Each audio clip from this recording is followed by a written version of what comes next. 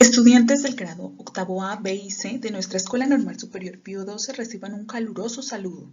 Me agrada llegar a ustedes a través de este pequeño video en el que trataremos los conceptos relacionados en la asignatura de Biología de la tercera entrega del material pedagógico para desarrollar en casa. En esta oportunidad hablaremos de la reproducción en el ser humano. Al hablar de sexualidad, la reproducción es solo un componente. Sin embargo, en la presente guía nos referiremos exclusivamente a la función biológica.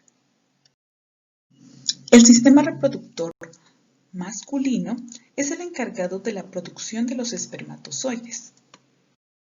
Este sistema está compuesto por los órganos genitales externos, internos y las glándulas anexas. Los órganos genitales masculinos externos son el pene y el escroto. El pene es un órgano de forma cilíndrica compuesto por dos cuerpos cavernosos y uno esponjoso en cuyo interior se va a encontrar la uretra. Está compuesto también por una estructura conocida como glande, que es una parte engrosada del pene en el que se encuentra recubierta por un pliegue de la piel denominada prepucio y se lo encontrará alrededor de esta sección. Además, también encontramos el escroto, que es una bolsa de piel en donde se van a alojar los testículos. Los órganos genitales internos son los testículos y una serie de conductos. Los testículos son dos glándulas de forma ovoide en cuyo interior vamos a encontrar entonces a los túbulos seminíferos, que son los encargados de producir tanto los espermatozoides como las células sexuales masculinas. Los conductos permiten el paso de los espermatozoides desde la región donde se producen hasta el exterior. Estos salen entonces a través del testículo, a través del epidídimo, son conducidos a través del conducto deferente, llegan al conducto eyaculador y finalmente pasan a la uretra que permite la salida hacia el exterior. Las glándulas anexas dentro del sistema reproductor masculino son las dos glándulas bulbouretrales que se encargan de producir unas gotas de fluido para lubricar y neutralizar la acidez que se va a encontrar en la uretra. También encontramos unas vesículas seminales que se van a encargar de producir el fluido seminal, que es una mezcla entre mucus, proteína y fructosa que le da la energía para el movimiento de los espermatozoides y que equivale a alrededor de 2/3 partes del volumen total del semen. Y finalmente la glándula prostática, toda esta región, que se encarga también de producir una sustancia lechosa para neutralizar la acidez en el ambiente vaginal y así facilitar la movilidad de los espermatozoides. El sistema reproductor femenino no solo se encarga de producir los óvulos, sino que además se va a encargar de albergar al posible óvulo fecundado, de nutrir y albergar al embrión durante el embarazo. Está compuesto también por órganos genitales externos, internos y unas glándulas anexas. Los órganos genitales externos se constituyen a partir de la vulva. Esta vulva está compuesta por unos labios mayores y menores que se van a encargar de proteger tanto al meato urinario, al clítoris y al orificio vaginal contra infecciones. En la parte superior encontramos al clítoris, que contiene muchas terminaciones nerviosas y que pueden ser estimuladas produciendo la excitación sexual. Dentro de los órganos genitales internos, entonces encontramos a los ovarios, que son dos glándulas que se ubican al lado y lado del útero. Esta imagen que está de perfil, solamente apreciamos uno de ellos, y que contienen entonces estos ovarios a los dos folículos ováricos, el folículo de Graf y el cuerpo lúteo amarillo, que se van a encargar tanto de producir al óvulo como de producir las hormonas sexuales femeninas. Encontramos a las trompas de Falopio, que son unas estructuras encargadas del transporte del óvulo producido en los ovarios y transportarlo hacia el útero. El útero es una estructura, es un órgano en forma de pera cubierto por una doble capa mucosa o llamada endometrio que lo está recubriendo. Y finalmente encontramos la vagina, que es un conducto musculoso y elástico que se encarga de conectar al útero con la vulva y que permite entonces el flujo, que por ahí pasa el flujo menstrual, también se encarga de recibir el semen y de permitir el parto. Finalmente encontramos las glándulas anexas del sistema reproductor femenino, compuestas por las glándulas vestibulares, que están ubicados debajo del orificio de la uretra, al lado y largo del orificio vaginal, y se encargan de producir un fluido que lubrica la vagina durante el acto sexual y permite de esta manera que la penetración del pene sea mucho más fácil. Y las glándulas mamarias, en donde se produce la leche, que es acumulada en los senos lactíferos y llevada al pezón a través de varios conductos. El ciclo menstrual se refiere al conjunto de cambios periódicos que ocurren en el ovario y en el útero, y que tienen como finalidad o propósito preparar al organismo para liberar y madurar al óvulo y para adecuar al útero para recibir a un óvulo posiblemente fecundado. El ciclo menstrual ocurre alrededor de los 12 años de edad y durante los años fértiles de una mujer, donde se experimentan una serie de cambios controlados por las hormonas y que duran aproximadamente 28 días. Durante este periodo, un óvulo que no es fecundado, entonces causa que el endometrio se desprenda y se produzca la menstruación. El ciclo menstrual entonces se va a dividir en el ciclo ovárico y en el ciclo menstrual. Durante el ciclo ovárico, los folículos comienzan a crecer como se aprecia en la imagen y a secretar hormonas. Luego uno de los folículos crece mientras los otros se van degenerando. Este folículo se hincha hasta que en el día 14 se rompe y libera el óvulo. Finalmente, las envolturas de los demás folículos rotos se transforman en un cuerpo lúteo que se va degenerando si el óvulo no es fecundado. En este momento inicia el ciclo menstrual. Este ciclo menstrual se da cuando este óvulo no ha sido fecundado. El endometrio, que es la capa que recubre el útero, se desprende produciendo un sangrado. El primer día de sangrado o de hemorragia se conoce como el día 1 del ciclo. Mientras que si este óvulo fue fecundado, entonces el endometrio se engrosa y las hormonas progesterona y estrógeno provocan que el endometrio secrete sustancias que nutrirán al nuevo ser antes de que se desarrolle la placenta.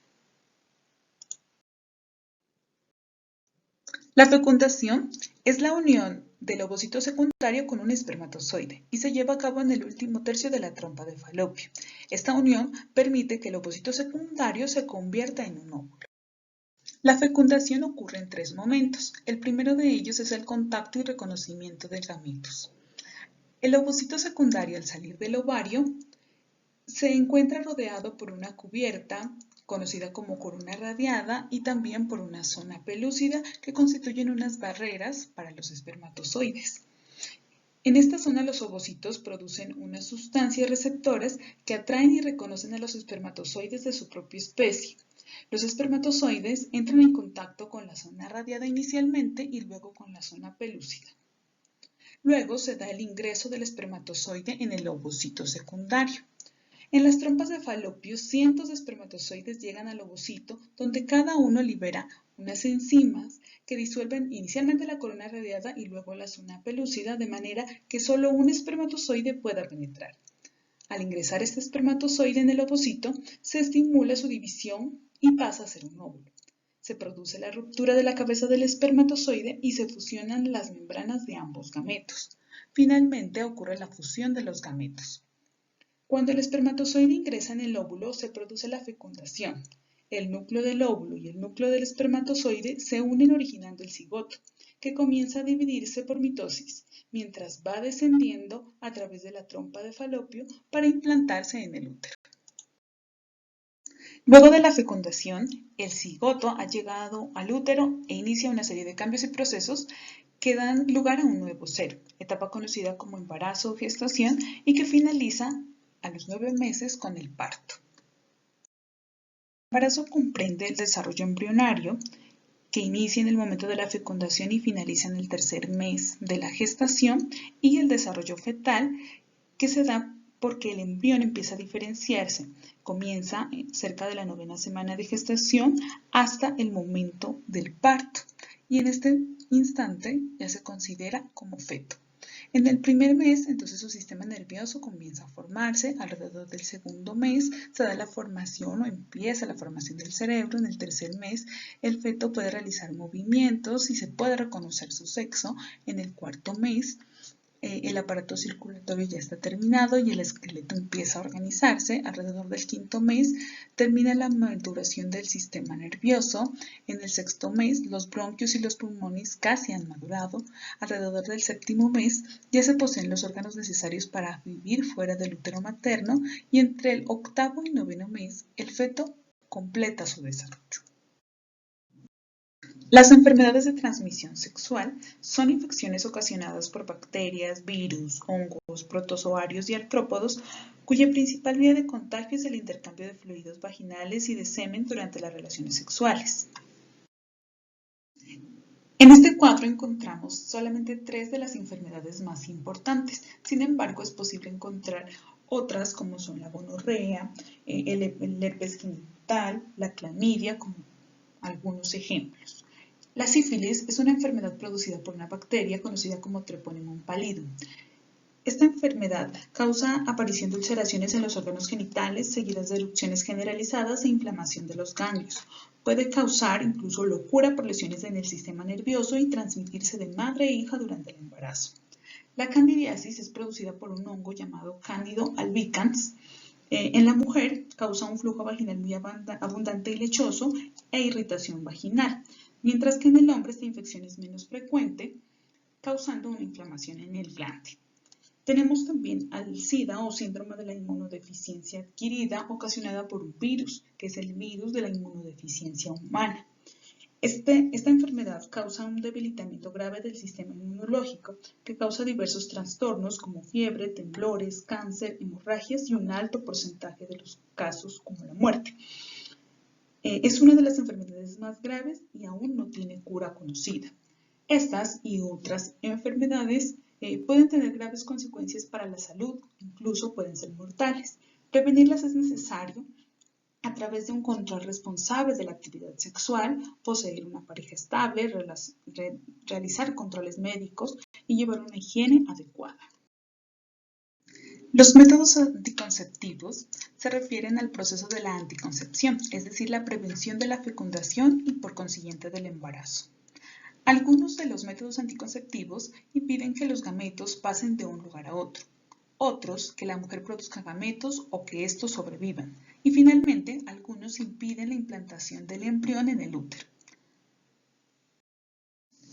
Dentro de los métodos anticonceptivos se mencionan 4 grupos: los naturales, los de barrera, los químicos y los quirúrgicos. Los métodos anticonceptivos naturales consisten en evitar las relaciones sexuales durante los periodos fértiles. Entre ellos están el método de Billings, el método de los días y la medición de la temperatura. Los métodos anticonceptivos de barrera se basan en el uso de un obstáculo que impida el paso de los espermatozoides hacia el óvulo. Entre ellos encontramos el preservativo condón, que además de producir o de evitar la concepción, también evita la transmisión de enfermedades de transmisión sexual. El diafragma y el dispositivo intrauterino conocido como DIU. Encontramos los métodos anticonceptivos químicos, que son sustancias químicas tóxicas para los espermatozoides o en otros casos son combinaciones de hormonas que evitan la ovulación. Entre ellos encontramos los espermicidas y píldoras e inyecciones anticonceptivas. Y finalmente los quirúrgicos. Estos métodos anticonceptivos son irreversibles y se basan en la esterilización por medio del corte de los conductos que transportan los gametos, la vasectomía para el caso de los hombres y la ligadura de trompas para el caso de las mujeres. Eso es todo por hoy. Muchas gracias, estimados estudiantes. Recuerden contactarme en caso de cualquier inquietud.